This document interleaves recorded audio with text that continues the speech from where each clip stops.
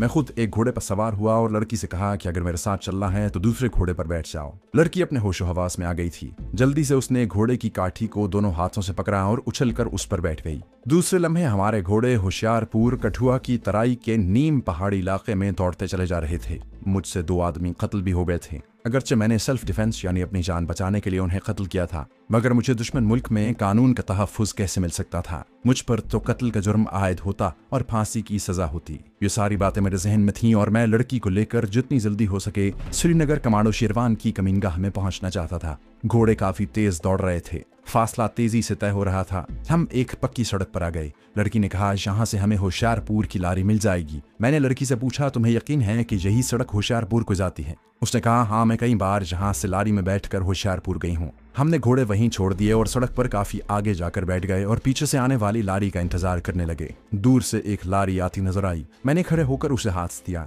लारी रुक गई। मालूम हुआ कि ये लारी जम्मू जा रही थी। मुझे खुशी हुई। मैंने लड़की को साथ लिया और लारी में बैठ गया। कठुआ लारी रुकी तो मैंने लड़की से कहा, हरनाम कौर, कुछ खाने को लाऊं? ये जुमला मैंने जानबूझकर ऊंची आवाज में कहा था कि दूसरे हिंदू सिख मुसाफिर जो लारी में हमारे करीब बैठे थे उन्हें यकीन हो जाए कि हम भी हिंदू सिख ही हैं। लड़की समझ गई थी। कहने लगी, नहीं वीर जी, मैं भी यही चाहता था कि लारी से नीचे ना उतरूं। थोड़ी देर तक अड्डे पर रुकने के बाद लारी जम्मू की तरफ चल पड़ी। यह सारा इलाका पहाड़ी भी था और कहीं कहीं मैदान भी आ जाते थे। सर्दी ज्यादा नहीं थी। धूप निकली हुई थी। लारी आहिस्ता आहिस्ता चल रही थी, जिसकी वजह से जब हम जम्मू पहुंचे तो सूरज गुरूब हो रहा था। जम्मू का शहर मेरे लिए जालिंदर से ज्यादा खतरनाक था, जहां मुझे मोहतात रहने की ज्यादा जरूरत थी। कश्मीर की जंग की वजह से जहां CID बहुत फिर रही थी। मैंने लारी अड्डे से ही मालूम कर लिया कि श्रीनगर जाने वाली लारी अब सुबह के 4 बजे चलेगी। शाम को श्रीनगर कोई लारी नहीं जाती थी। अब मेरे सामने रात गुजारने का मसला था। जम्मू में अपना एक मुजाहिद जरूर आम शहरी के भेस में मौजूद था, मगर मैं लड़की के साथ उसके ठिकाने पर नहीं जाना चाहता था। इतने पैसे मेरे पास थे कि हम किसी होटल में रात बसर कर सकते थे, लेकिन होटल में रात बसर करने से हम CID वालों की नजर में आ सकते थे। जम्मू के होटलों के बाहर तो CID तो जरूर मौजूद होती थी, बल्कि होटल वाले खुद CID वालों को बता देते कि रात ठहरने के लिए उनके होटल में कौन कौन आया है। हम लारी अड्डे की छत के नीचे एक तरफ होकर बैठे थे।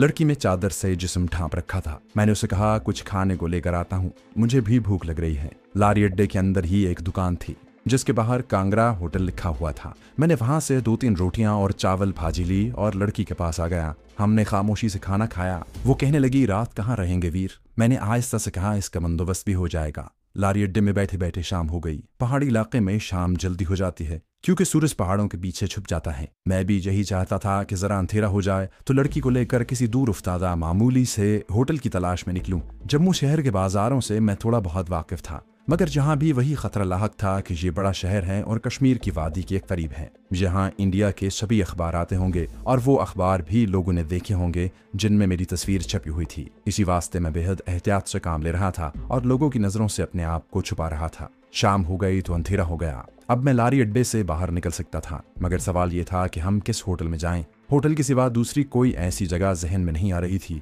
जहां मैं लड़की के साथ रात गुजार सकूं। अचानक मेरे जहन में गुरुद्वारे का ख्याल आ गया। जम्मू शहर में बड़े मंदिर गुरुद्वारे थे। हम किसी गुरुद्वारे में महफूज रहकर रात गुजार सकते थे। एक जमाने में मैंने जम्मू शहर के बाहर एक बस्ती में एक गुरुद्वारा देखा था। मैंने वहां चलने का फैसला किया। मुझे इस बस्ती का नाम याद नहीं रहा जिस बस्ती में ये गुरुद्वारा था। मैंने लड़की से कहा कि हम किसी गुरुद्वारे में रात गुजारेंगे। होटल में रहना ठीक नहीं है, वहां पुलिस हमारे पीछे आ सकती है। मुझसे 2 खून हो चुके हैं। लड़की कहने लगी, जैसे तुम्हारी मर्जी भाईजान। लड़की कभी मुझे वीर जी कहती, कभी भाईजान। वो सिखों के माहौल में पली हुई थी, मगर उसको मुसलमान मां ने पाला था और उसको कलमा पढ़ाया था, नमाज सिखाई थी और मुसलमानों के तमद्दुन से भी रोशनास करवाया था। इसलिए वो कभी कभी बिल्कुल मुसलमान घरानों की लड़कियों की तरह मुझे भाईजान कहकर मुखातिब करती। हम लारी अड्डे से निकलकर बड़ी सड़क पर आ गए। एक खाली तांगा करीब ही खड़ा था। उस वक्त मुझे जम्मू की उस बस्ती का नाम मालूम था जहां गुरुद्वारा था। ये बस्ती शहर के मज़ाफ़ात में थी, इसलिए मैंने इस बस्ती के गुरुद्वारे को मुंतखब किया था।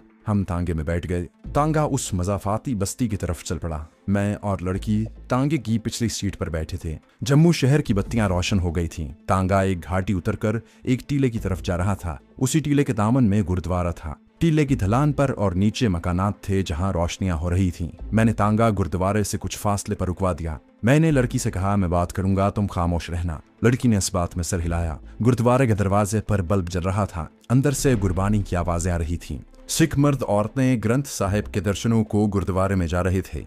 दोस्तों, आगे बढ़ने से पहले आपसे गुजारिश है कि अगर आपने अभी तक इस चैनल को सब्सक्राइब नहीं किया तो इसे सब्सक्राइब कीजिए और वीडियो पसंद आने की सूरत में इसे लाइक, शेयर और कमेंट करके हमें बताइए कि आपको हमारी वीडियो कैसी लगी। तो आइए कहानी की तरफ चलते हैं। हम गुरुद्वारे के अंदर जाकर एक तरफ होकर बैठ गए। मैंने माहौल का बगौर जायजा लिया। वहाँ कोई मशकूक आदमी नजर ना आया तो मैंने लड़की से कहा, तुम यहीं बैठो, मैं ग्रंथी से बात करके आता हूँ। मैं गुरुद्वारे के उस कमरे में आ गया जहाँ गुरबानी का पाठ हो रहा था। मैंने सर पर रुमाल बांध लिया था जो गुरुद्वारे के एहतराम के लिए जरूरी था। मैंने देखा कि ग्रंथी उस वक्त बेहद मसरूफ था, उससे बात नहीं हो सकती थी। थोड़ी देर वहां एहतराम से बैठे रहने के बाद बाहर निकल आया। एक तरफ एक नीले कपड़ों वाला अकाली सेवादार लंबे झाड़ू से गुरुद्वारे का सहन साफ कर रहा था। मैंने उसके पास जाकर सत श्री अकाल कहा और उससे पूछा कि वहां परदेसी मुसाफिर की रात बसर करने की कोई जगह मिल जाएगी। सेवादार ने कहा, गुरुद्वारे के पीछे सराय है, वहां चले जाओ। मैं लड़की को लेकर सराय में आ गया। यह सराय एक लंबी सी बैरक की शक्ल की थी। बैरक के बरामदे में कुछ औरतें बैठी बातें कर रही थीं। जहां भी एक सेवादार मिल गया। मैंने उससे कहा, साहब जी, मेरा नाम श्याम सिंह है, मेरे साथ मेरी बहन है, हम श्रीनगर जा रहे थे, मालूम हुआ लारी सुबह जाएगी, हमें रात गुजारने को कमरा मिल जाएगा। 10 रुपए अदा करने पर हमें एक छोटा सा कमरा मिल गया जिसमें एक चारपाई थी। फर्श पर दरी बिछी हुई थी। हमें 2 मोटे कंबल भी मिल गए। मैंने लड़की से कहा, तुम चारपाई पर सो जाओ। लड़की चारपाई पर बैठ गई। मैं नीचे दरी पर कंबल घुटनों पर रख कर बैठ गया। वहां रात को खासी सर्दी थी। मैंने लड़की से पूछा, तुम्हें अपने बापू के मरने का अफसोस नहीं है? वो बोली, वो मेरा बाप नहीं था, वो मेरा और मेरी माँ का दुश्मन था। उसने मेरी माँ के बहन भाइयों माँ बाप को शहीद करके उसको अगवा किया था। वो मेरा बाप नहीं था, मैं उसे अपना बाप नहीं समझती। मुझे उसकी मौत का कोई अफसोस नहीं है। मैंने उसे यह बताने की जरूरत महसूस न की कि मैंने उसके बाप की गर्दन को सिर्फ इतना झटका दिया था कि वो बेहोश हो जाए। लड़की ने मुझसे पूछा, क्या तुम पाकिस्तानी फौजी हो? मैंने कहा, तुम्हें ये ख्याल कैसे आया? वो बोली, जिस तरह तुमने अकेले और निहत्ते होकर 3 तलवार किरपानों वाले सिखों को ठिकाने लगाया है, ये कोई फौजी जवान ही कर सकता है। मैंने मुस्कुराते हुए कहा, पाकिस्तान का हर मुसलमान फौजी है और वो अपने मुल्क पर हमला करने वाले दुश्मन को इसी तरह ठिकाने लगाएगा। खाना हमने लारी अड्डे पर ही खा लिया था। थोड़ी देर तक बातें करने के बाद लड़की चारपाई पर और मैं दर्री पर कंबल ओढ़कर लेट गया। कमरे में कमजोर रोशनी वाला बल्ब जल रहा था। सराय के सेवादार ने कमरा देते वक्त मुझे 2 बातों की खास हिदायत की थी। उसने कहा था, रात को कमरे का बल्ब जलता रहेगा, तुम लोगों ने मुंह अंधेरे श्रीनगर जाने वाली लारी पकड़नी है। उस वक्त मैं गुरबानी पाठ सुन रहा हूँगा। तुम कमरे को ताला लगाकर चाबी जहाँ संदूकची में रख कर चले जाना। मैंने कमरे का ताला उसमें लगी हुई चाबी समेत अपने सरहाने के नीचे रख लिया। मैं आंखें बंद करके सोने की कोशिश कर रहा था कि बाहर किसी ने दस्तक दी। मैंने आंखें खोलकर चारपाई पर लेटी हुई लड़की की तरफ देखा। वो दस्तक की आवाज सुनकर उठ बैठी थी और मेरी तरफ देख रही थी। मैंने अपने होंठों पर उंगली रखकर उसे खामोश रहने का इशारा किया और उठकर दरवाजे के पास आया। कौन है भाई? मैंने पूछा। बाहर से किसी मर्द की आवाज आई, मंगतू प्रसाद ले लो। प्रसाद का मामला था, मैं इनकार भी नहीं कर सकता था। मैंने सोचा कि गुरुद्वारे का कोई सेवादार होगा जो सराय के मुसाफिरों में गुरुद्वारे का प्रसाद बांट रहा है। मैंने दरवाजा खोला। बाहर एक दरमियाने तत का भारी बदन वाला आदमी हाथ में हलवे का डोना लिए खड़ा था। वो बड़ी दीदा दलेरी से अंदर आ गया और लड़की को प्रणाम करते हुए बोला, क्षमा कर देना बहन जी, आपको तकलीफ दी। मैंने प्रसाद का डोना उसके हाथ से ले लिया और कहा, शुक्रिया महाराज, हम बड़े थके हुए हैं। मेरा मतलब था कि हम सोना चाहते हैं और तुम चले जाओ। मगर वो खड़ा रहा और मेरी तरफ घूर घूर कर देखने लगा। उसके होंठ बारीक थे और ऊपर मूंछों का छज्जा था। उसकी मुस्कुराहट मुझे बड़ी खतरनाक लगी। कहने लगा, भाई साहब, आप जालिंदर से आ रहे हैं? मैंने कहा, हाँ जी, मेरा नाम श्याम सिंह है, ये मेरी बहन हरनाम कौर है। उस वक्त जल्दी में मेरे मुंह से लड़की का असली नाम निकल गया जो मैं नहीं कहना चाहता था। उसने लड़की को गौर से देखा, फिर अपनी गर्म सदरी में हाथ डाला और जेब से बाहर निकाला तो उसके हाथ में पिस्तौल था। कहने लगा, मैं जम्मू पुलिस का CID इंस्पेक्टर बंसीधर हूँ। तुम्हारे बारे में हमें सारी रिपोर्ट मिल चुकी है। तुम पाकिस्तानी जासूस हो, पीछे 2 सिखों का खून कर करा रहे हो और इस औरत को भगाकर श्रीनगर ले जा रहे हो। ये औरत इस कमरे में रहेगी, तुमको मेरे साथ थाने चलना होगा। मैंने अपने आप को बिल्कुल परेशान न होने दिया। ये वाकया मुझे पहली बार पेश नहीं आ रहा था। इससे पहले मैं कई बार इस किस्म के हालात से गुजर चुका था। मैं सिर्फ ये मालूम करना चाहता था कि इसके साथ बाहर पुलिस तो नहीं आई। मैंने कहा, महाराज, आपको गलती हो गई है, मैं पाकिस्तानी जासूस नहीं हूँ। पाकिस्तानी जासूस सराय के किसी दूसरे कमरे में ही होगा। मैं जिला जालंधर के गांव बेरवाली का रहने वाला हूँ और ये मेरी बहन है।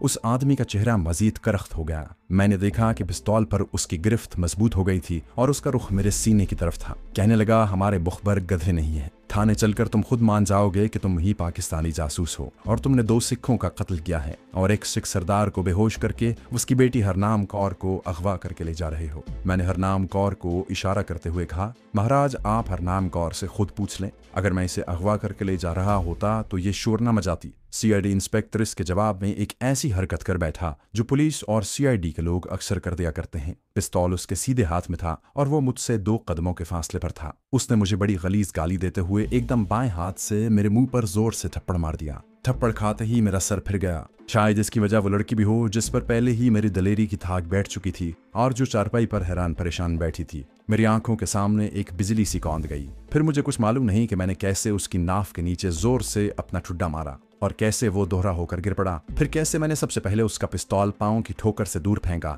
और कब मेरे फौलादी बाजू ने उसकी गर्दन को अपने शिकंजे में जकड़ कर झटका दिया। मुझे होश उस वक्त आया जब बंसीधर नामी जम्मू पुलिस का सीआईडी इंस्पेक्टर मेरे करीब ही दरी पर मरा पड़ा हुआ था। मैंने पिस्तौल उठाकर अपनी जेब में डाला और खूंटी से जैकेट उतार कर पहनते हुए लड़की से कहा, तैयार हो जाओ, हमें अभी चलना है। लड़की जल्दी से चारपाई से उठी और सरहाने के पास पड़ी चादर जिस्म पर लपेटने लगी। मैंने अपने सरहाने के नीचे से कुंजी लगा हुआ ताला निकाल कर हाथ में पकड़ लिया और लड़की को 1 सेकंड रुकने का इशारा किया। दरवाजा गर्चे बंद था मगर उसे अंदर से कुंडली नहीं लगी हुई थी। मैं ये देखना चाहता था कि ये आदमी अपने साथ बावर्दी या सिविलियन कपड़ों वाली पुलिस के आदमी तो नहीं लाया। बरामदे का बल्ब कोने में जल रहा था। बरामदा खाली पड़ा था। गुरुद्वारे के बड़े कमरे की जानिब से गुरबानी के पाठ की हल्की सी आवाज आ रही थी। जो रास्ता बरामदे से गुरुद्वारे के गेट की तरफ जाता था, रात हो जाने और सर्दी बढ़ जाने की वजह से वो भी खाली पड़ा था। मैंने लड़की से कहा, आ जाओ। लड़की 6-7 घंटों में मेरे हाथ से 3-4 आदमी कत्ल होते देख चुकी थी। उसके चेहरे पर घबराहट थी। वो चादर अपने जिस्म पर ठीक करने लगी।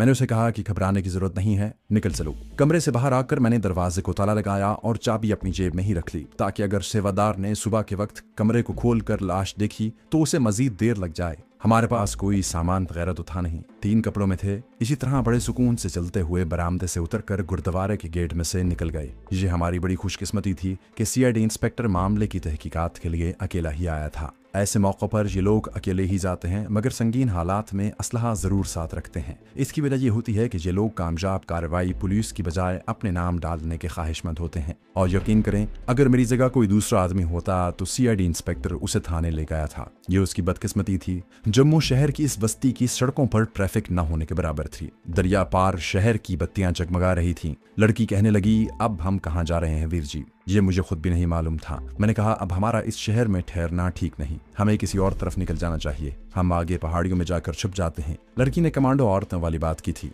मैंने कहा, सुबह पुलिस को गुरुद्वारे में अपने इंस्पेक्टर की लाश मिल जाएगी और जम्मू से लेकर श्रीनगर तक पुलिस सड़क की नाकाबंदी कर लेगी। वो आसपास की पहाड़ियों में भी जरूर जाएगी। वो बोली, तो क्या फिर हम वापस कठुआ चले जाएं? मेरा जहन बड़ी तेजी से कोई तरकीब सोचने में लगा हुआ था। उस वक्त श्रीनगर की तरफ कोई लारी या ट्रेन भी नहीं जाती थी। अगर जाती भी थी तो रास्ते में हम पकड़े जा सकते थे। मैं लड़की की तजवीज पर गौर करने लगा। उसने कहा था कि हम पहाड़ियों में जाकर छुप जाते हैं। ये तजवीज़ मुझे महफूज महसूस हो रही थी। अगर हम जम्मू से आगे निकल कर आसपास के वीरान इलाके में किसी जगह छुप जाते और वहाँ एक रात और एक दिन गुजार लेते तो दूसरे दिन किसी लारी या ट्रक के जरिए जम्मू से श्रीनगर जाने में इतना ज्यादा खतरा नहीं था। जम्मू शहर के शुमाल मगरिब की तरफ जो खुश्क कहीं कहीं जंगली झाड़ियों वाली पहाड़ियाँ थीं, वो मेरी जानी पहचानी थी।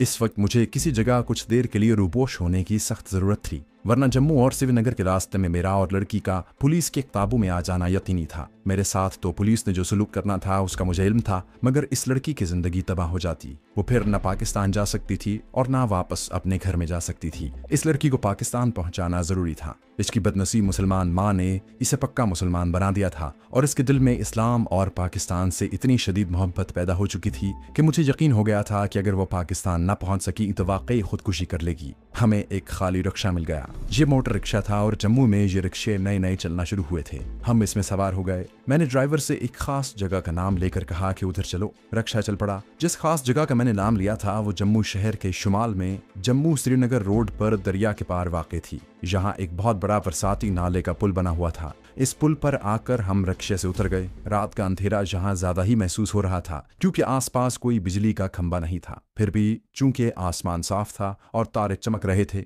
इसलिए उनकी धुंधली चमक में जमीन और कहीं कहीं दरख्तों के हयूले नजर आ रहे थे। जब रिक्शा हमें छोड़कर वापस चला गया तो लड़की इधर उधर देखने लगी। मैंने कहा, मैंने तुम्हारी तजवीज़ पर अमल किया है। हम एक रात और एक दिन जहाँ से दूर जो पहाड़ियां नजर आ रही हैं वहां छुपेंगे, क्योंकि सुबह होते ही पुलिस को सीआईडी इंस्पेक्टर की लाश मिल जाएगी और वो कम से कम जम्मू श्रीनगर रोड पर जरूर चेकिंग शुरू कर देगी। मैंने उसे ये बिल्कुल न बताया कि अखबारों में मेरी तस्वीर भी छप चुकी है और पुलिस पहले ही से मेरे पीछे लगी हुई है। लड़की दलेर थी, कहने लगी तुम मुझे जहाँ ले चलोगे मैं चली जाऊंगी, लेकिन खुदा के वास्ते मुझे पाकिस्तान पहुंचा देना। मरने के बाद मेरी रूह भी तुम्हें दुआएं देती रहेगी। अचानक मेरे जहन में एक ख्याल बिजली की तरह चमक गया। इस लड़की को अगर पाकिस्तान ही पहुंचाना है तो मुझे श्रीनगर जाकर इसको मुजाहिदीन के जरिए बॉर्डर क्रॉस करवाने की बजाय मैं इसे यहाँ जम्मू की पहाड़ियों से बॉर्डर क्रॉस करवा के पाकिस्तान ले जा सकता था।